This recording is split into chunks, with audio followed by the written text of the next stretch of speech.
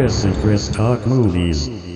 All right, well, welcome back to our wonderful little podcast here. My name is Chris Ferry, and my co-host here is... I'm Chris Huddleston. And today we are I'm very excited to be talking about a really, really fun movie, also from the 80s. This one is called The Hidden. I want this car. Jonathan Miller would never do anything to break the law. I need the keys. Thank you. Bye. He is a very fine, very honest gentleman. Something strange is happening to some ordinary people. Yeah, that's Jack. Real nice man. What do you do, rob a bank? He's a law-abiding taxpayer minding his own business. Killed 12 people, wounded 23 more, stole 6 cars, most of them Ferraris. If anybody deserves to go that way, it sure in the hell's him. I've worked homicide for 13 years. I have never seen anything like this. You trying to tell me that she's part of this? Step out of the car slow! I want answers, and I want them now. Explanation won't help you. I want to know why it takes 15 shots to take down some zoned-out stripper. Why 3 law-abiding citizens all of a sudden go crazy and start killing people. We're talking spacemen here. Something gets in his way, he kills it. Finds a body, gets inside, uses it to move around. Try for one on the tire. But you think this is easy? Why don't you try it?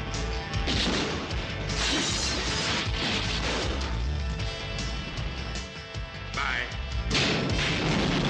I guess a career in the police didn't really prepare you for this, did it? The Hidden. You think it's over now? You're wrong.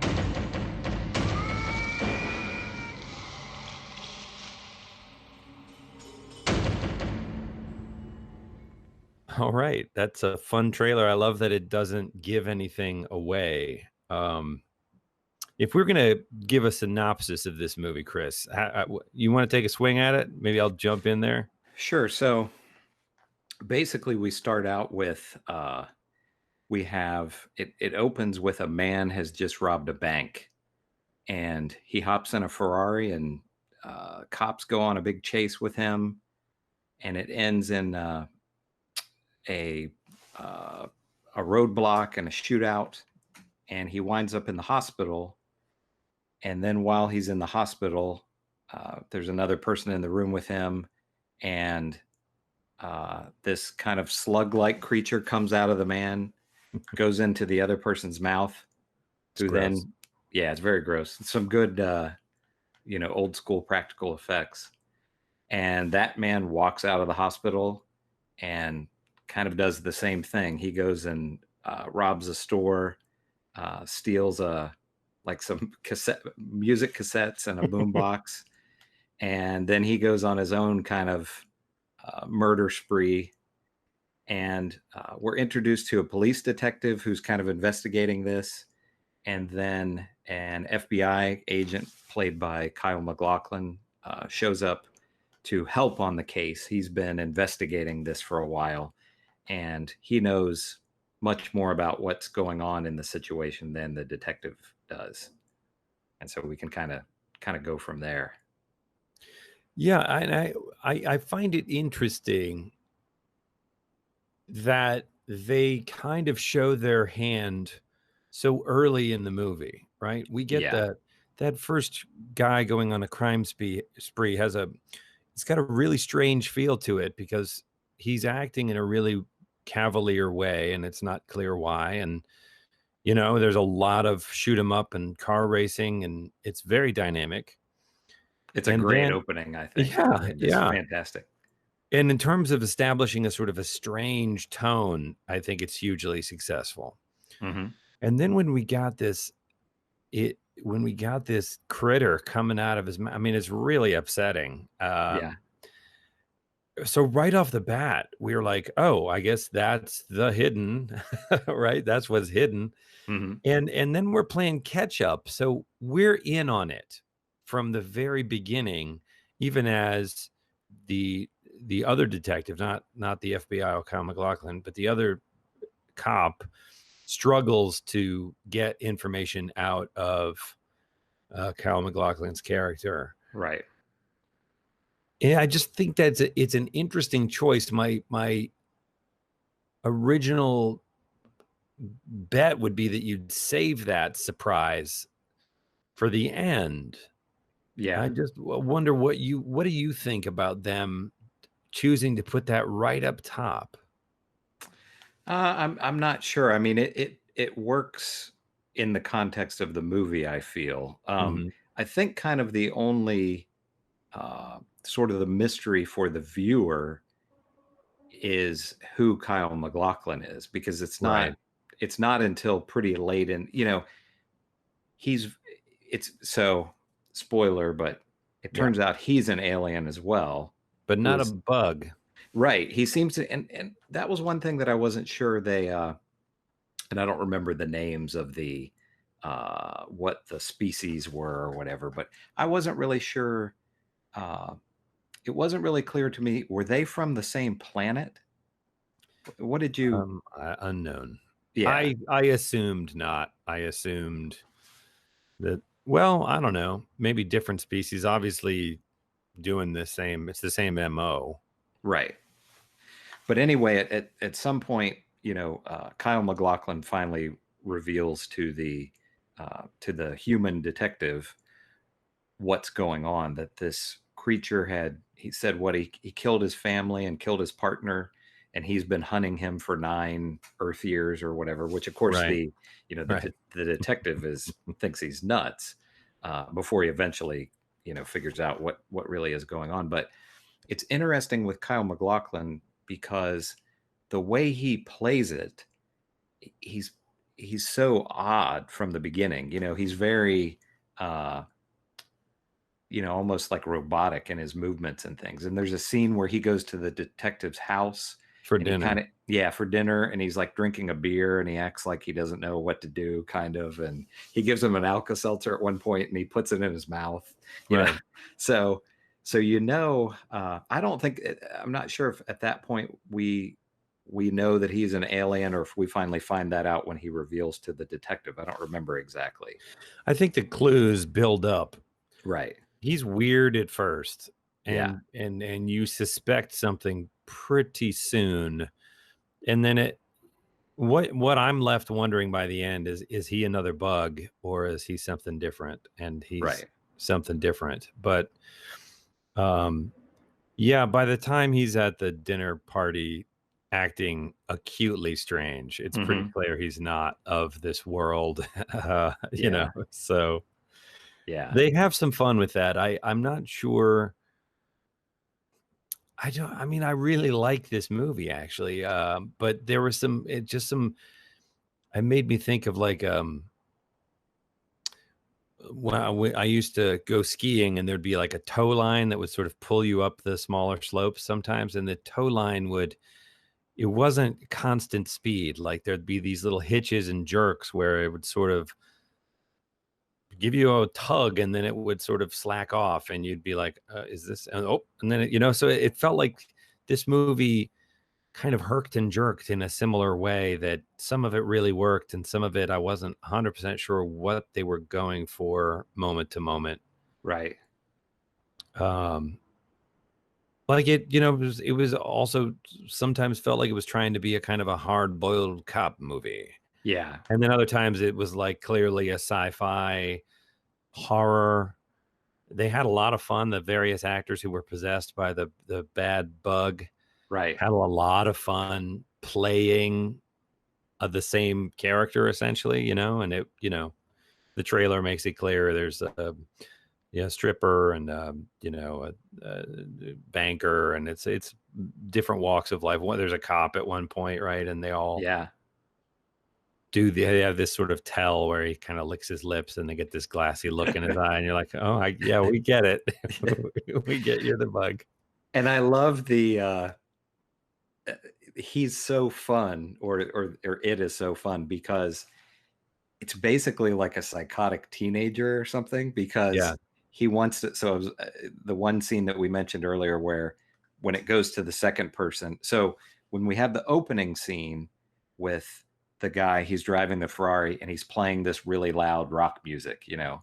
Yeah. And then when he goes into the second person, that guy immediately goes to a record store and, like I said, just starts filling his pockets with audio cassettes and grabs a boombox, and then he goes and steals a Ferrari. So it's like he wants to listen to rock music, drive Ferraris, you know, rob banks basically. Yeah. And like there's one, you know, point where they say he just kills anything that gets in his way. So it's such a fun and like you said, that it's almost, you know, at times it's like a kind of like this ridiculous action movie too, you know. Yeah. And it wasn't, maybe I missed it, but I didn't discern any particular motive of this. Like, I wasn't clear if he was hiding out on Earth or if he was just kind of on an interstellar tear. You know, what was he doing here? Like, yeah, they don't ever reveal here. Yeah, they don't reveal that there's any kind of a plan or that there's, you know, there's other aliens coming or something. It's just he it's kind of like somebody just relying on all their base instincts. He's just going to do what he enjoys, and he doesn't care, you know, if anybody gets in his way, he's just going to kill them, you know? Yeah. And, you know, so we ought to clarify too, that it's a pretty gross, you know, like parasite that lives inside the body. Yeah. And it seems to make the body, I mean, it kills the host, although he's walking around animated. But, you know, it gets pretty shot up, and when the body gets damaged enough, it has to leave that host, right, and find another host. So he does kind of like take a bunch of gunshots to the chest, and, you know, it seems impervious to the pain inflicted on the human body it's in. Yeah. There's one part where in one of the guys where he's in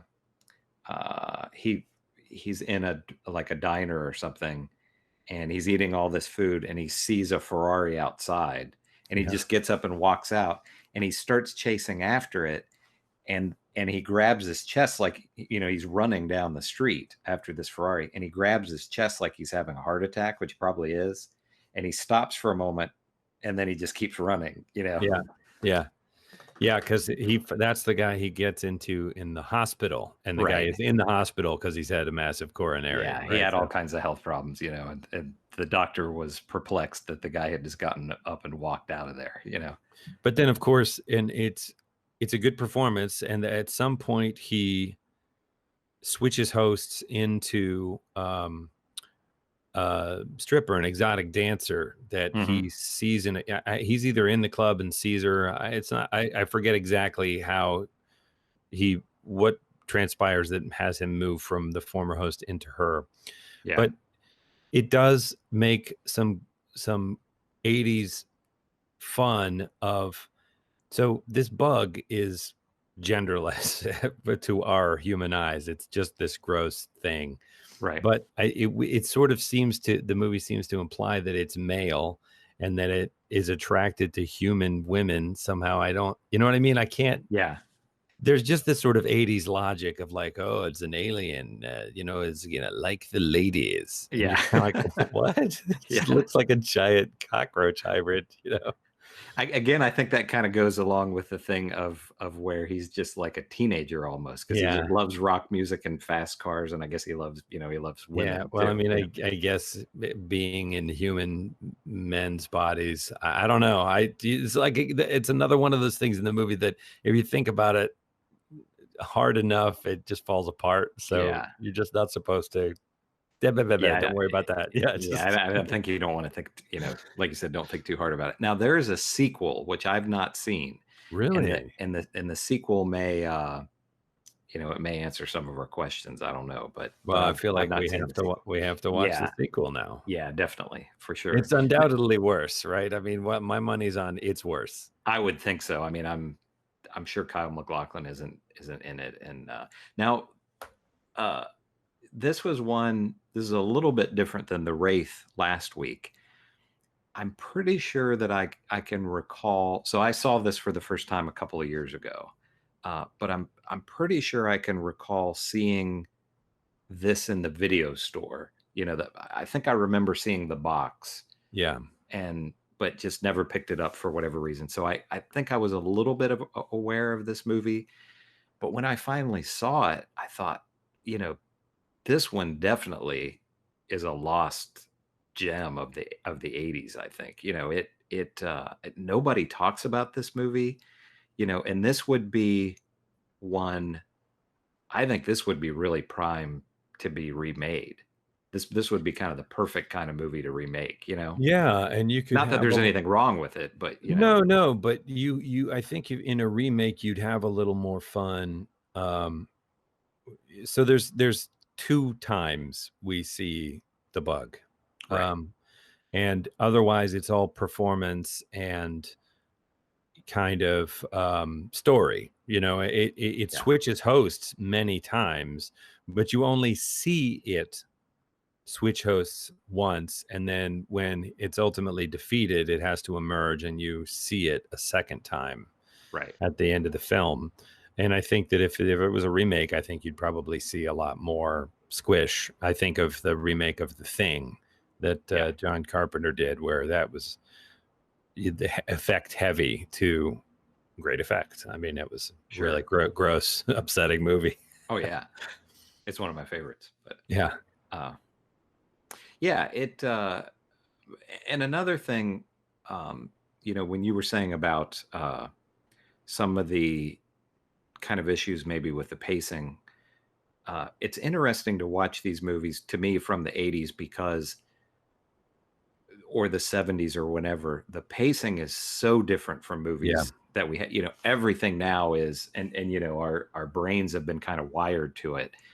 Everything is now is such quick cuts, which this movie doesn't really have. There's action in it, and also it's interesting to watch these older movies and just, this is a really simple movie. There's not a lot of complexity to the plot or anything, I think that's kind of a big difference with movies today. I think they're much more complex and also just faster editing and all.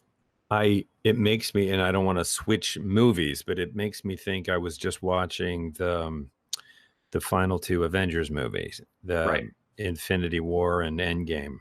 Yeah. And the pace, the scope, there's, of course, there's tons of CGI in that, but the pace at which those movies clip along and the ground they cover and just the visual, they manage to not blow your fuses with too much, like you watch the Transformers movie and it's just too many whirling parts that your mind glazes over. You can't even track what's happening on screen because there's just too much activity to focus on. Not so with the Marvel films. They really manage not to tip over into chaos with those screens full of digital effects, but very, very different feel, pace, I think. And when I talk about the kind of herky jerky, there in this movie, there are dialogue scenes that feel like 70s. The cops are sitting around kind of chewing the fat, and that goes on for a while, right? And it feels, almost Cassavetes influence, John Cassavetes influence, of this kind of naturalism of like, well, let's illustrate a relationship here by really really having a moment of true feeling dialogue that isn't necessarily driving the plot forward, but we're establishing, human relationships here. Right. And then there are other moments in this film that it's like, I'm a cop and I'm sick of you've got answers and I want them now. Yeah. It just feels very scripted and very kind of boilerplate, quote unquote movie dialogue. And then there was some real surprising stuff too. Like I think that the performances of the people being the bug felt really fresh and didn't feel canned. I mean, that was one of my favorite parts of the movie. I thought it was really fun. So there was a lot in this, kind of gumbo of a movie, a lot of different styles, and it made the pace feel a little herky jerky. Yeah, I agree. And compared to last week's movie, The Wraith, this is a really well made movie. It looks good. All of the acting is good. There's not really anything about it. The effects are pretty good. It undoubtedly was pretty low budget. I just checked it made just under 10 million. I couldn't find a budget for it, but I can't imagine it was more than around 5 or 10 million, something like that. And this was before Kyle MacLachlan was in Twin Peaks. Yeah. So he wasn't really yet a star. And the detective, Michael Nouri is his name, and he has 130 acting credits on IMDb. I mean, he's still acting now. He looked familiar to me for sure. I'm sure I've seen a lot of stuff. TV, but he's kind of one of those guys, I guess, that has just been had a career as a character actor, because I can't think of something else that I've seen him in, but he has all kinds of TV credits. So that's kind of mainly what he's done. I think we definitely have to look at the sequel of this. Do Yeah. you have it up in front of you there? Do they bring the same actors back, or is it just? I think it's a different cast. Like I say, I'm almost certain that it came out in 93. And this one was 87, or is that 87, right? Yeah. 87. Not anybody I know. Raphael Sabarge, Kate Hodge, Jovan Montanaro. So I don't know. Yeah, it looks like a completely different cast. Well, I'm curious now. He let the alien criminal from the movie is dead, but he left a few eggs which are hatching now. Oh, okay. So we need to talk about in the end, yes, Kyle MacLachlan has this special gun that this kind of laser gun that is the only way that the alien can be killed. So he goes to this political, was the guy running for, what was he running for? Mayor of LA or governor? Yeah, or a senator or something, but he at some point, and it's nicely done, it feels organic, that he identifies, this is a powerful person that gets to do, whatever he wants, more or less, and also somebody that, is harder to kill because he's got a lot protection. of protection. Yeah. So he maneuvers a way to get around and take over the body of this prominent political, figure. And they're at a rally or an election event at the end, right? I just was handing it back to you because I interrupted, Sure. but. Oh, no. So that is Kyle MacLachlan's chance to kill him. He gets a flamethrower and sets the guy on fire. So then there are all these cops shooting him and prior to that, the detective had been shot by the alien a couple of times. And so Kyle MacLachlan, lights the guy up with the blowtorch, which then causes the alien to crawl out of his mouth, which he then shoots with his special gun that he has. So and then he can't shoot him with the gun because it doesn't affect human flesh. They established that very clearly. So you got to get the bug out of the body. Yeah. To get it. So then he shoots it, and all the people there see it. They don't really, they don't make any.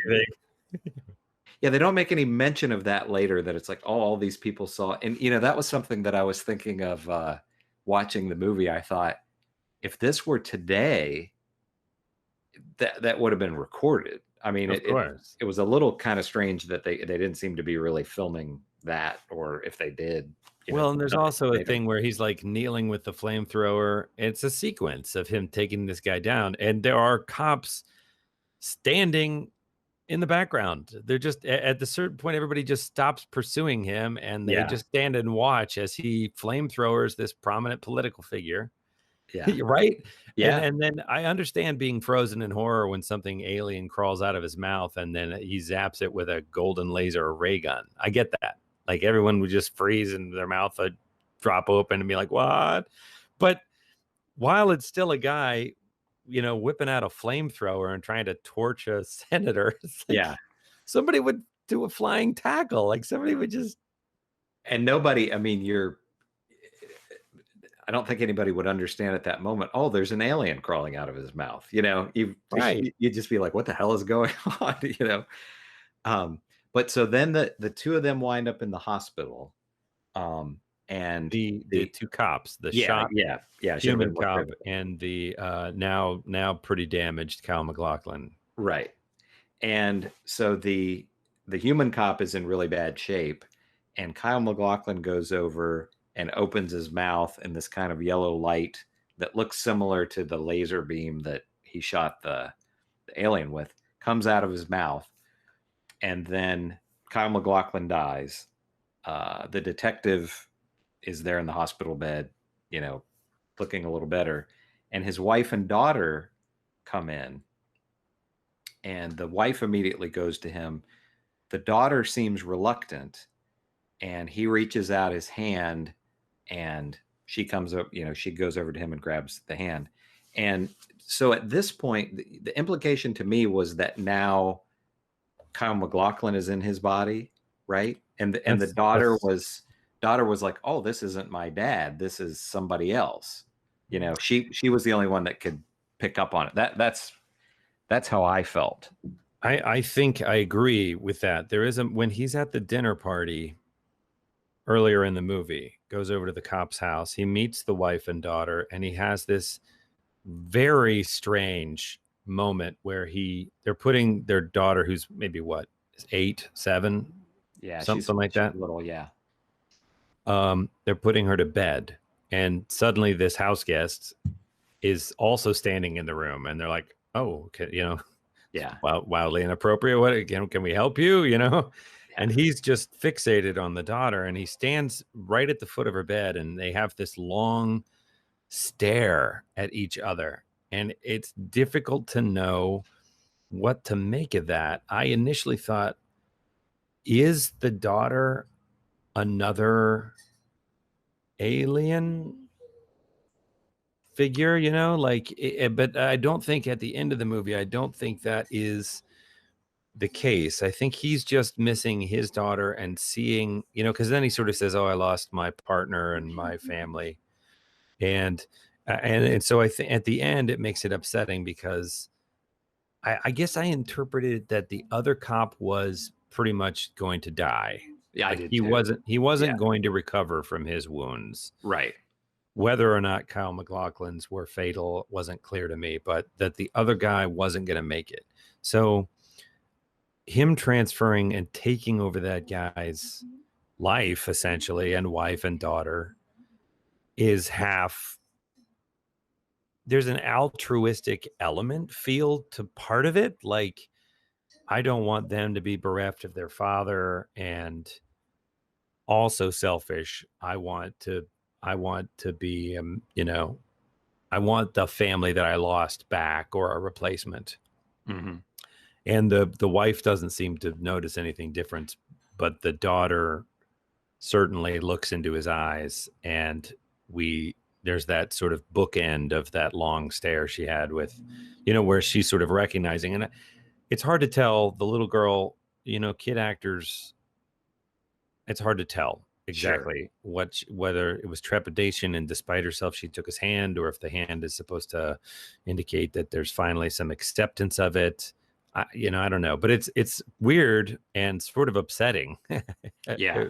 To me at the end. Oh yeah. And that interaction that they had in their house, I kind of took that as the old trope of you know, that children and dogs can see ghosts or whatever, you know. And I think it was like, I mean, it could have been that, you know, maybe she was an alien too, but I just kind of took it as she knows that he's something else, you know, nobody else can see that. And then at the very end, she's like, well, this isn't my daddy. This is somebody else. And assume, you know, you could have taken it as Kyle MacLachlan was, you know, that he healed the detective, but I really took it as he put, you know, like his life force in him. And it also kind of brings up the question of, is he similar to the bad alien in that, does he continually change bodies too? You know, because there's the one scene where when he first goes to the police station, and he and the detective go outside, and he says, "I'll drive," and he has that Porsche, and the guy's like, "Wow, the bureau's paying pretty well now, huh?" He's like, "How much did you pay for this?" And he's like, "Or what was the price?" And he said, "I don't know." And he goes, "What, did you steal it?" And he goes, "Yeah."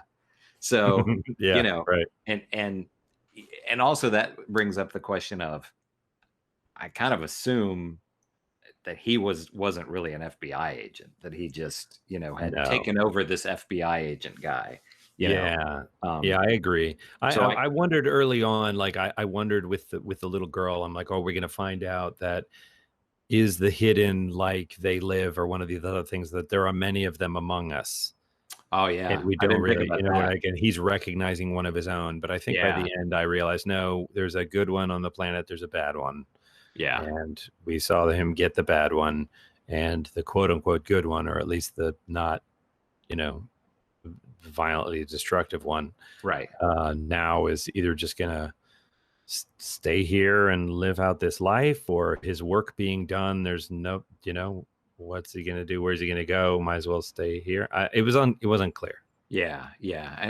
And I wondered, you know, since he said he'd been, now I don't know if that had all been on Earth, but you know, he'd been tracking the guy for 9 years, and he had I forget where he said he had come from, but you know, other states he had tracked the guy. But I just kind of want, you know, I might be reading too much into it, but I wonder if it's kind of the same thing as with the bad alien, that the host body, you know, begins to deteriorate over time or whatever. It's, you know, so that he can only stay in that person for so long, which would bring up some questions about what happens to the detective, you know, afterwards, if he starts to deteriorate or whatever. I don't know. Yeah. Well, I would say that I recommend this film unreservedly. I think you should check it out. There's a lot to love. It's a ride. What do you think? Oh yeah, I absolutely agree. Like I say, it's you know, it's a lot of fun. It just seems like one of these movies that apparently, you know, just kind of got lost in the shuffle. It obviously didn't make a whole, I mean, $10 million in 1987. I don't know what that comes out to now, but it's not real big money. It opened like $2 million or something like that. Right. But yeah, I mean, it's a well-made movie, and it's well acted, and it's a lot of fun. I mean, it's a really good 80s sci-fi movie. And I think for Kyle MacLachlan's career also, you can see how him portraying this sort of wonderfully weird guy that will feel familiar to people who know, you know, his other work. That's a really good point. See that other casting directors would be like, oh, you know who we ought to get is that cow guy from the guy who was so weird in that thing. Yeah, for people who you know, are fans of Kyle MacLachlan from Twin Peaks or from Dune, I'd say those are, you know, kind of the two things that he's most well known for. He's really great, you know, in this movie too. I mean, like we said, it's a weird performance, but and you know, there's you know, even though they're like kind of an odd couple, there's a little bit of a buddy cop thing going on, you know, which is a lot of fun. And Kyle MacLachlan has great hair in the movie. Yep. I was going to say the buddy cop thing is another 80s trope. There's like that you could feel, whether it's the influence of the studio at the time or what, that it felt like it had to hit certain marks. And there are some There's some bits that I feel like are kind of like, oh, we gotta take a moment here and put this 80s trope bit in there for a laugh or whatever. And we want to make them feel a little more, you see it in 48 Hours, you see it in this buddy cop thing where one of them is the kind of oddball and the other one's the kind of hard-boiled whatever. And they definitely color within those lines for part of this film too. Oh, for sure. They're it's interesting because they're kind of both the no nonsense cop. The detective is just like, he's not trusting of anything basically that Kyle MacLachlan is doing, but Kyle MacLachlan, because he's an alien, is, it's not like he doesn't have a sense of humor or anything like that, so it's not like it's funny in his oddness, but he's not, it's not like either of them is cracking jokes or anything. Right. So check it out, and we look forward to reviewing another priceless gem. Maybe it'll be The Hidden 2. I don't know. We'll talk about it offline. Anyway, thanks for listening, and we'll see you next time.